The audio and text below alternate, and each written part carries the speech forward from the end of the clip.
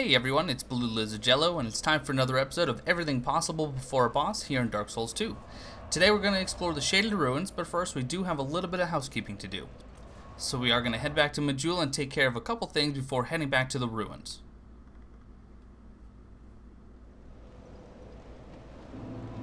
Now first things first, in our last episode we did pick up another shard, so we are going to upgrade our Estus Flask yet again. And then we're going to head over to Miss Sweet Shalquar and pick up a pretty important item as far as completing all optional NPC quests is concerned.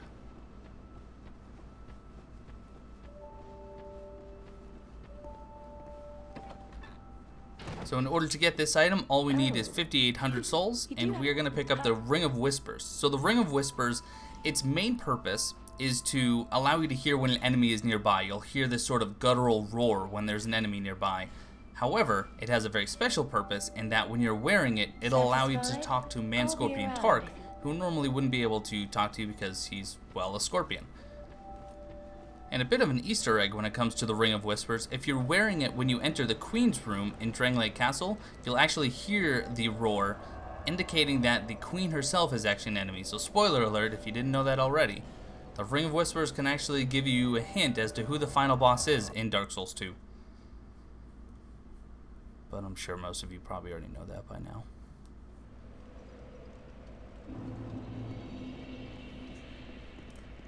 Okay, back in the woods. First things first, head upstairs, get this shiny, pick ourselves up a Radiant Lifegem, then we'll hop back down. And there are two ways to get to this area, but since one of them requires a Fragrant Branch of Yore and we don't currently have one, we're going to take this shortcut. All you need to do is run and jump over this little ledge. And before we get the super special item, we'll head up here, we'll kill the one basilisk.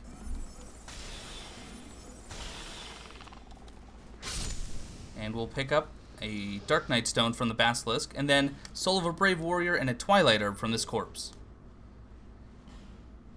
Head back down to where we just jumped from, and we're going to jump again.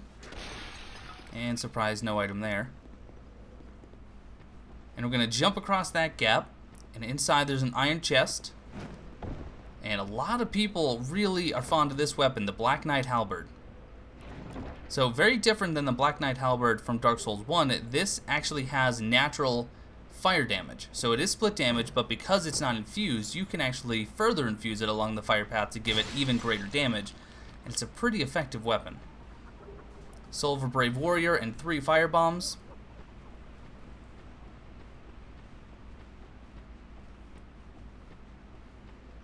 Now this next bit is going to be sped up a little bit because the Lion Warriors in this area, they are highly resistant to magic, so my spells are fairly useless, and since I haven't upgraded my strength or dex yet, unfortunately the dagger is really my best bet, and I don't really go about this all that well the first time around. So in just a moment here it is going to speed up just so I can get past these guys, well, truth be told, so I can actually get killed. But that was the old Sun Ring that just procced, and you can see his health is down almost to half, and that was just one proc of the actual ring itself. So I'll speed it up. You guys can see what happens, and then we'll resume in just a moment.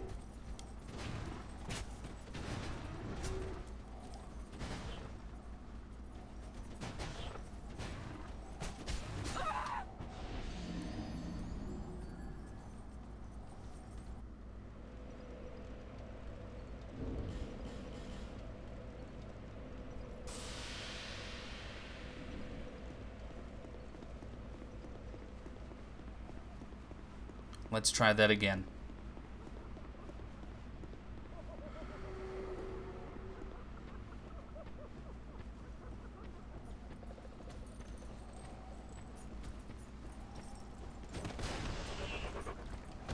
With the backstab, I will almost one-shot them. Just takes a few more swings, and then we can take them out.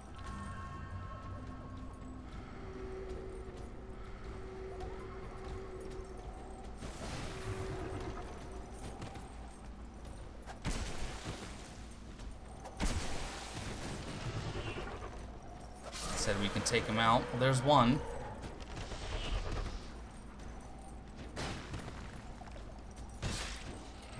Remember to use those iframes whenever you can. make sure you roll away after the iframes are gone.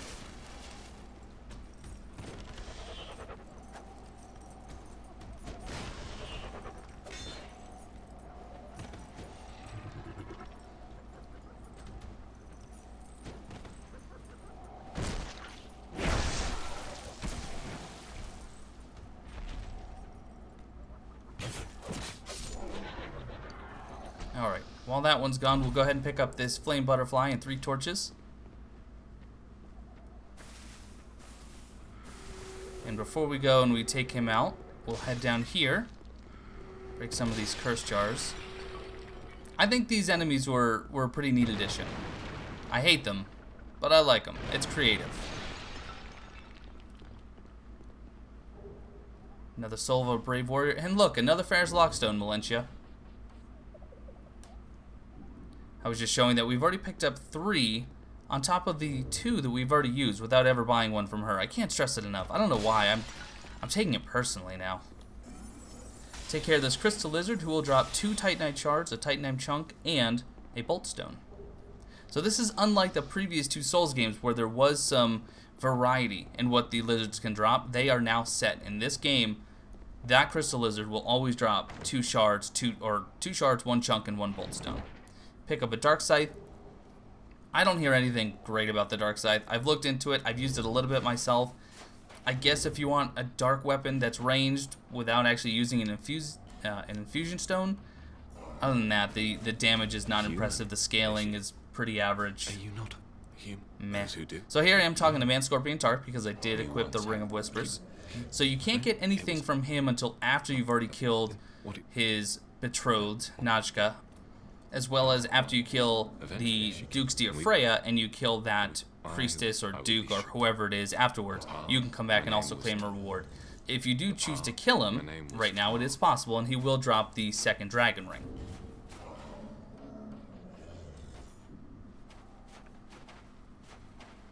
One more lion warrior down here.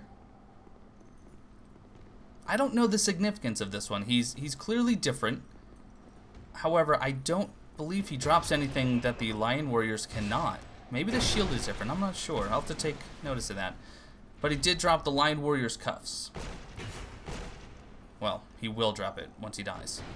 And speaking of the lion warriors, they can drop their shield, their cape, their skirt, and their cuffs. Now, the cape, skirt, and cuffs all reduce fall damage, and they all stack. They can also drop their great axe and Triclops trochets, which increase your petrification resistance. Grab ourselves another torch there. Just taking a look out here, you can see we were on the other side earlier where we fought the basilisk. Now let's head back up and collect some more treasure.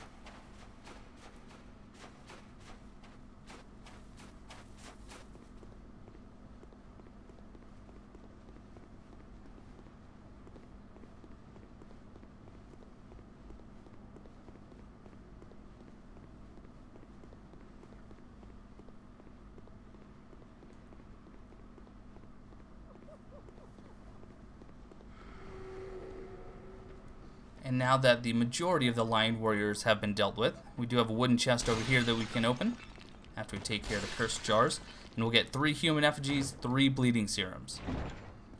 If you want to use bleeding serums, good luck, have fun. I think the bleed mechanic in this game is woefully underpowered, but I guess I don't do very much PvP. Alright, I'm going to speed through this basilisk kill. It does take a little while. I'm just going to do it from range just to keep it safe.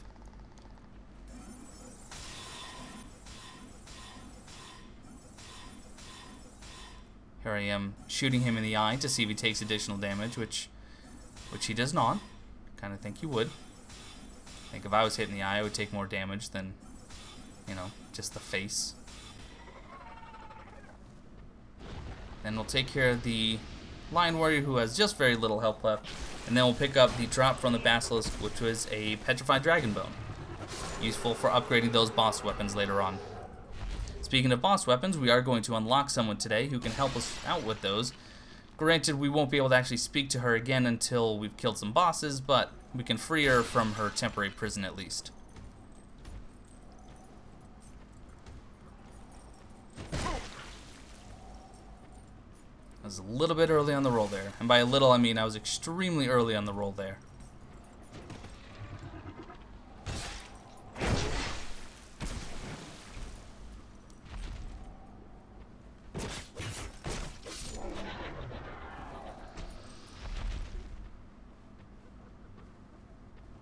Roll through these barrels for luck. Also because I thought there might be an item behind it. Take care of the curse jar. We saw the shiny upstairs. Let's go grab it. And Melentia would be proud because we got ourselves another Pharros Lockstone and yet another soul of a brave warrior.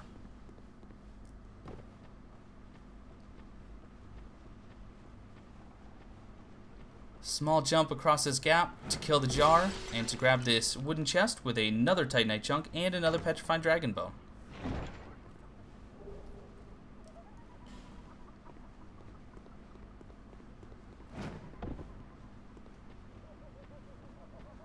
Now the lion warriors themselves have already sprung this trap, but that shiny back there, the goal is to have you walk over there to grab the shiny, and then the boards actually collapse underneath you, dropping you into some basilisk territory.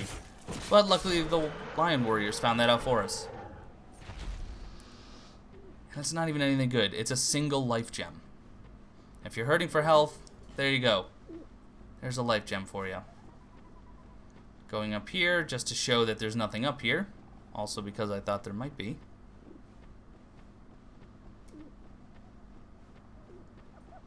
And coming up, we're going to have a cut because I did a part of this run on a separate video only because I knew it was going to take me a lot of attempts. So I didn't want to make this a really long recording. I just wanted to kind of cut it by itself and showcase it on its own. But I'll show you where that cut is coming up. So over here is an interesting little area. We have this lion warrior who's petrified. We know that we need a fragrant branch of yore to move him, just like we did with Rosabeth. And there's an iron chest in there. However, we can get it without a fragrant branch of yore, and here's that jump. And I'm going to slow it down afterwards so you can see it. So, hang tight. I'm going to go back, play it in slow motion, and we will talk about it. So here I am lining up the approach. I took off all my gear, which apparently is completely irrelevant, but just for luck, I guess. And you want to run to the right of the gap. In fact, you want your left shoulder to be at the lowest point in the gap. You sprint and you jump at the last second. If you time it right, you're going to roll right over, land on top of the chest, and then you can reap the rewards. Go ahead and open it up, and you're going to get the Lion Mage set.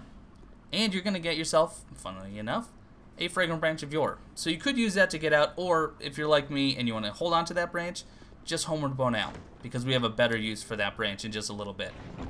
Now the Lion Mage set, so you have the robe, the cuffs, and the skirt, those all increase your casting speed. So we've already had the fastest staff in the game, we also have the clear blue stone ring +1, and we have the Lion Mage. We have a very fast casting speed now, or we will once we actually don that equipment. Hop down those boards, open up this, and get the homing soul mass. And then we'll also go over and talk to Dark Diver Grandal for the second time. Only one more time before we can actually enter his covenant and play around in the abyss a little bit. So this area down here is the area that you'll fall into. You can see the splintered wood over there if you fall for that trap. But we're not going to, and we're just going to deal with these basilisks, and we will claim ourselves a twinkling Titanite. Now, if you've killed the boss in this area and you respawn the boss with a bonfire ascetic, you can actually pick up, I believe, a pair of twinkling Titanites down here. So if you're looking to farm early on and you haven't made it yet to Dragon Aerie, this is not a terrible idea. Troll basilisk.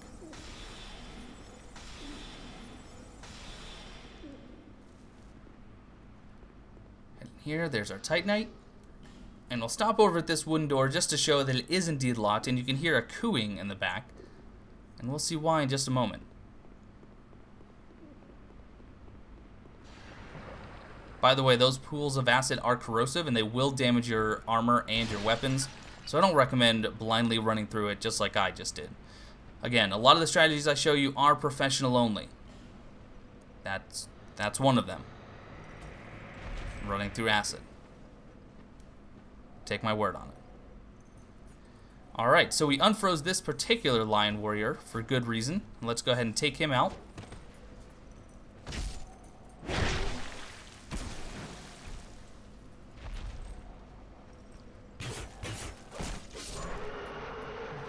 And we have the Fang key. So we just found a locked door. We now have a key, 2 and 2 together. Usually makes 4. And we can open a door. And I'll rhyme no more.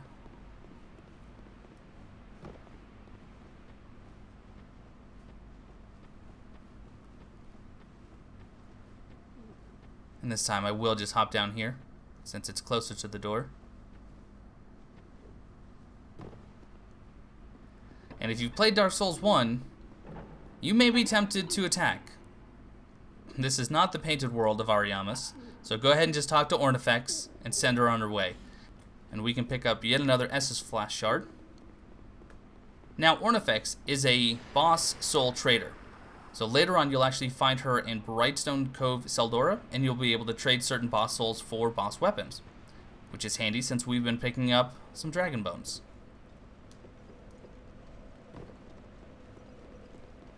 Okay, we have almost completely finished this area. We have one more shiny on a corpse to pick up, and then we have one more that many of you have probably seen in the game, and you might not have been able to get it. I've only gotten it a handful of times, but I will show you how to get it in this playthrough. So first, we'll get the one that's a little easier. So head up this one tower. There's a little skyway to bring us to the other tower. And hiding on the edge, we can get a Soul of a Brave Warrior and some Skeptic Spice. For you min-maxers out there who try to keep certain attributes low, the Skeptic Spice can actually help to lower faith requirements of any spells requiring faith by 1. You can actually get any spell down to 10 faith if you collect enough spices. So, one more item. And similar to the Fire Seed in the Rotten's arena, this item is actually in with Scorpion Nisnajka.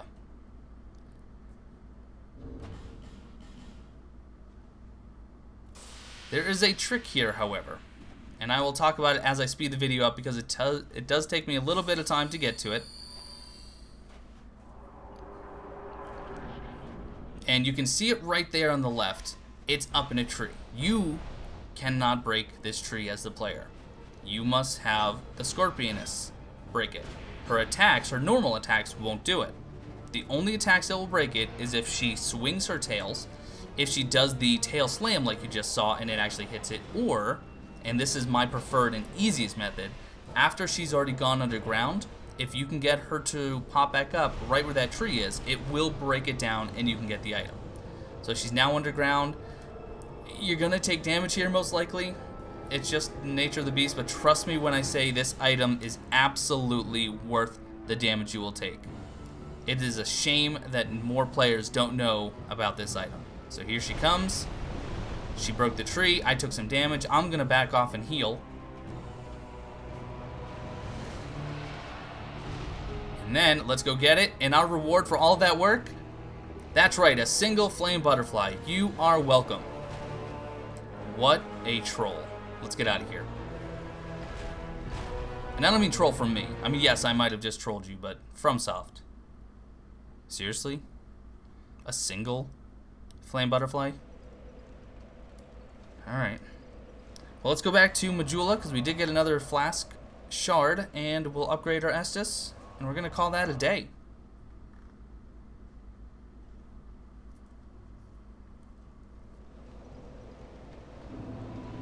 Is that to see? However, you know it's a shard. And that's going to wrap it up. So that is the Shaded Woods and the Shaded Ruins completely taken care of. We've gotten all the items that there is to get. Let's go ahead and put on the spoils of our adventure, the Lion Mage set. And there you are, just comparing the Lion Mage and the Lion Warrior. But that's going to do it. This is going to wrap up yet another episode. Thank you guys so much for watching. I hope you've learned something. If you have, please leave me a comment below to let me know what you learned. And tomorrow, we will be taking on Drangleic Castle. Hope to see you there.